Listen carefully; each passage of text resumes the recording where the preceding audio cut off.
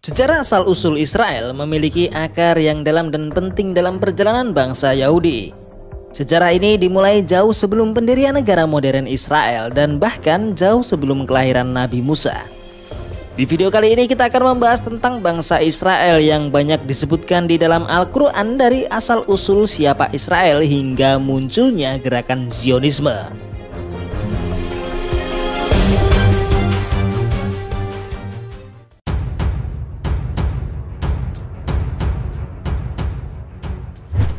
Asal-usul Israel dapat ditelusuri dari masa Nabi Ibrahim sekitar 2000 sebelum Masehi.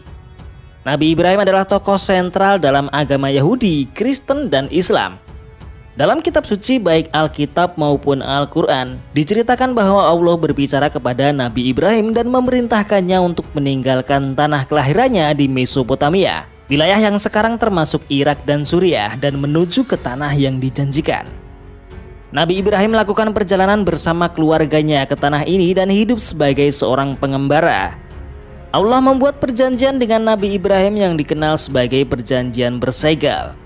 Dalam peristiwa ini Allah berjanji untuk memberikan tanah yang dijanjikan sebagai milik abadi keturunan Ibrahim. Inilah awal dari klaim historis atas tanah Israel oleh keturunan Nabi Ibrahim. Nabi Ibrahim memiliki dua putra yang penting dalam sejarah Israel, yaitu Ishak dan Ismail. Ishak merupakan anak yang lahir dari Sarah istri Ibrahim dan menjadi leluhur dari bangsa Israel.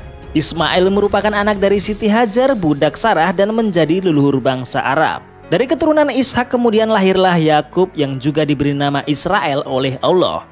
Yakub memiliki 12 anak laki-laki yang masing-masing menjadi kepala dari 12 suku Israel. Inilah awal mula identitas Israel sebagai bangsa yang terorganisir dengan 12 suku yang membentuk satu kesatuan.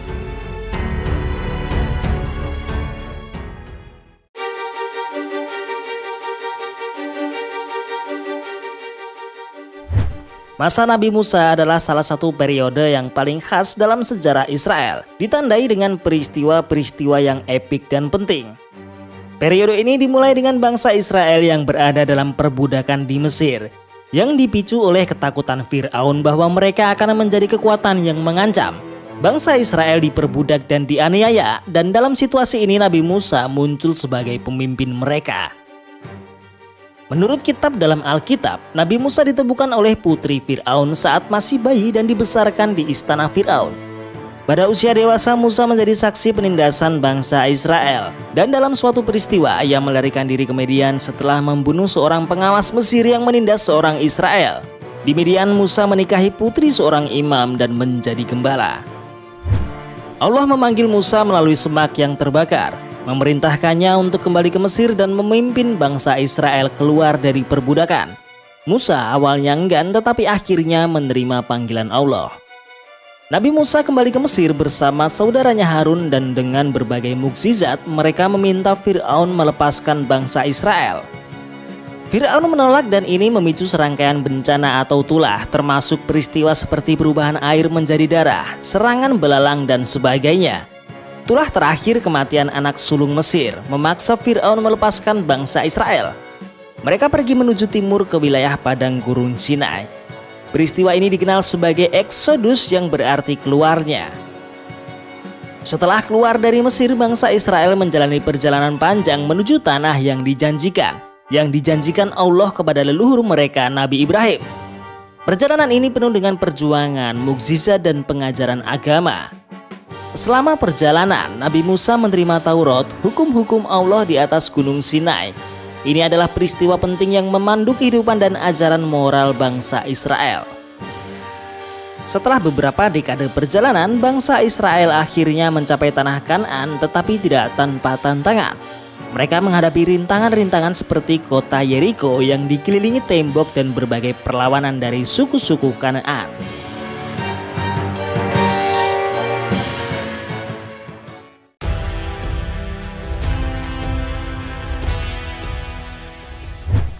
Nabi Daud hidup sekitar abad ke-10 sebelum Masehi. Ia awalnya adalah seorang penggembala, tetapi Allah memilihnya untuk menjadi raja Israel yang paling terkenal. Nabi Daud muncul setelah masa pemerintahan Nabi Samuel dan setelah perpecahan di antara suku-suku Israel. Masa pemerintahan Nabi Daud dimulai saat ia menjadi raja suku Yehuda dan kemudian menjadi raja seluruh Israel. Salah satu prestasi terbesar Nabi Daud adalah penggabungan kerajaan-kerajaan Israel yang terpecah. Ia berhasil mempersatukan suku-suku Israel di bawah satu pemerintahan yang kuat. Nabi Daud merebut kota Yerusalem dari suku Yebus, kemudian menjadikan Yerusalem sebagai ibu kota kerajaan Israel. Di Yerusalem, Nabi Daud merencanakan untuk membangun sebuah bait Allah atau bait suci untuk meletakkan tabut perjanjian. Meskipun ia tidak diperkenankan membangunnya sendiri, persiapan yang ia lakukan menjadi landasan bagi pembangunan bait suci oleh putranya Nabi Sulaiman. Nabi Daud dikenal sebagai seorang penulis Mazmur dalam Alkitab yang mencerminkan kedalaman pengalaman spiritualnya dan hubungan dengan Allah. Ia juga menjalani perjanjian dengan Allah yang mengarah pada janji Allah untuk mempertahankan dinasti Daud selama-lamanya. Nabi Daud menulis sebagian besar Mazmur dalam Alkitab yang menjadi sumber utama doa dan penyembahan dalam tradisi Yahudi dan Kristen. Nabi Daud membangun pasukan militer yang kuat dan berhasil memperluas wilayah kekuasaan Israel dan mengalahkan musuh-musuh Israel termasuk orang Filistin dan bangsa Amon. Nabi Daud meninggal pada usia yang lanjut dan tahtanya diwariskan kepada putra sulungnya Nabi Sulaiman.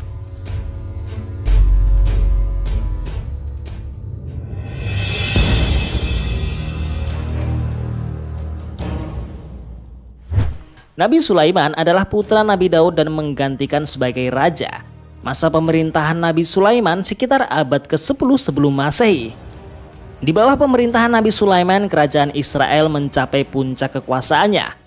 Salah satu prestasi paling penting Nabi Sulaiman adalah membangun bait Allah di Yerusalem dan menjadi pusat ibadah dan pengajaran agama Yahudi.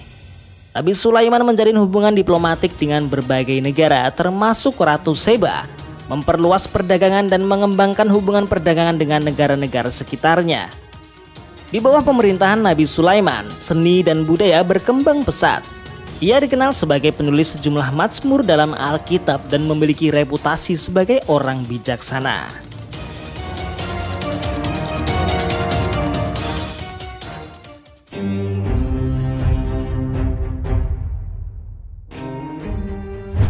Setelah kematian Nabi Sulaiman, kerajaan bersatu Israel mengalami pembagian menjadi dua entitas terpisah, yaitu Kerajaan Israel Utara dan Kerajaan Yehuda.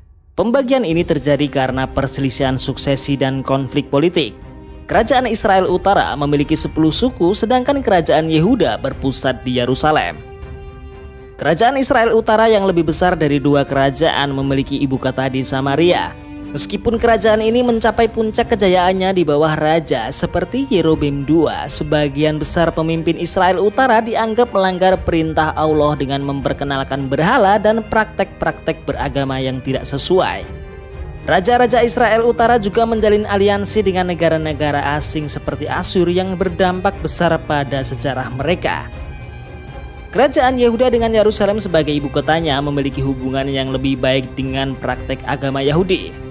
Meskipun mengalami berbagai tantangan dan serangan dari kerajaan sekitarnya, kerajaan Yehuda tetap memelihara tradisi agama Yahudi dan menitik beratkan pada ibadah di bait suci di Yerusalem. Raja-raja di Yehuda dianggap lebih taat kepada hukum-hukum Taurat.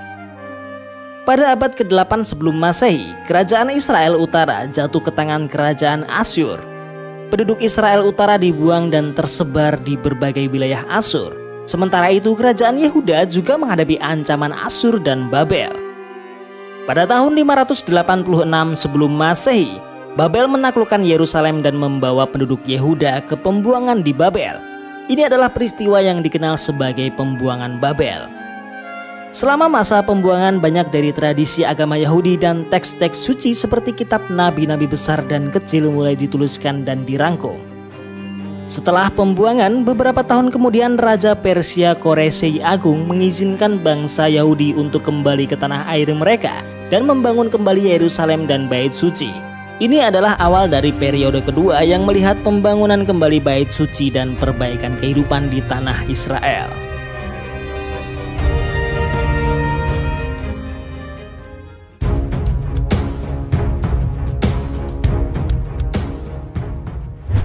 Salah satu aspek penting dalam sejarah Israel pada periode ini adalah dominasi kekaisaran salib. Setelah perang salib pertama pada tahun 1099, tentara salib merebut Yerusalem dan mendirikan kerajaan-kerajaan salib di wilayah tersebut termasuk kerajaan Yerusalem. Kota ini menjadi pusat kegiatan religius dan politik bagi tentara salib. Zaman salib di Israel ditandai oleh konflik agama antara umat Kristen dan Muslim. Salah satu tokoh yang paling dikenal dari periode ini adalah Salahuddin Al-Ayyubi yang lebih dikenal sebagai Saladin. Pada tahun 1187, Saladin merebut kembali Yerusalem dari tentara salib selama pertempuran Hattin. Ini menjadi puncak kemenangan penting bagi dunia Muslim. Di bawah pemerintahan Ayyubiyah ada upaya untuk menciptakan koeksistensi agama. Yerusalem diizinkan untuk dihuni oleh umat Kristen, Muslim, dan Yahudi meskipun kontrolnya bergantian di antara berbagai pihak. Pada tahun 1260, Kesultanan Mamluk mengalahkan pasukan Mongol dalam pertempuran Ain Jalut yang mencegah serangan Mongol lebih lanjut ke wilayah ini. Kesultanan Mamluk menguasai wilayah ini hingga abad ke-16. Salah satu peristiwa terkenal pada periode ini adalah pengepungan kota Akko oleh tentara salib dan Mamluk. Pengepungan ini berlangsung selama 2 tahun dari 1291 hingga 1292 sebelum Mamluk akhirnya merebut kota tersebut.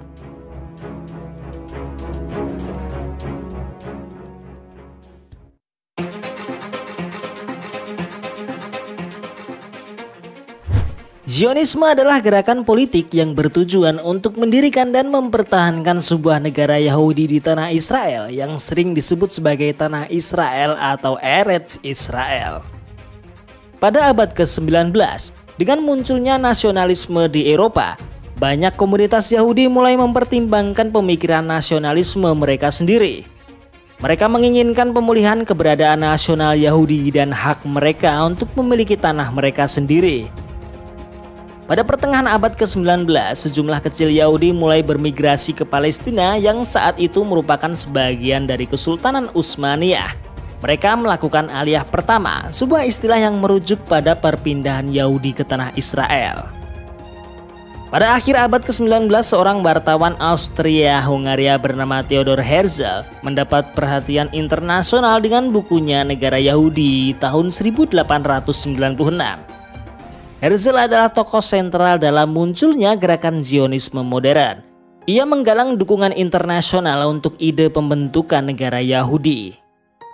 Pada tahun 1897, Herzl memimpin Kongres Zionis pertama di Basel, Swiss. Kongres ini menandai langkah awal formal dalam upaya menciptakan negara Yahudi di tanah Israel. Pada tahun 1917, Menteri Luar Negeri Britania Raya Arthur Balfour mengeluarkan deklarasi Balfour yang mendukung pembentukan tanah air nasional bagi rakyat Yahudi di Palestina. Deklarasi ini menjadi salah satu tonggak penting dalam sejarah munculnya Israel modern. Setelah berakhirnya Perang Dunia I, Liga Bangsa-Bangsa memberikan mandat Palestina kepada Britania Raya. Di bawah mandat ini, Inggris mendukung pemukiman Yahudi di Palestina. Pada tanggal 14 Mei 1948, David Ben-Gurion, pemimpin Komite Eksekutif Organisasi Zionis Dunia, mengumumkan pembentukan negara Israel di Palestina. Ini mengawali perang kemerdekaan Israel melawan negara-negara Arab sekitarnya. Meskipun dibayangi oleh konflik berkepanjangan dengan negara-negara Arab, Israel mulai diakui oleh sejumlah negara. Pada tahun 1949, Israel menjadi anggota PBB.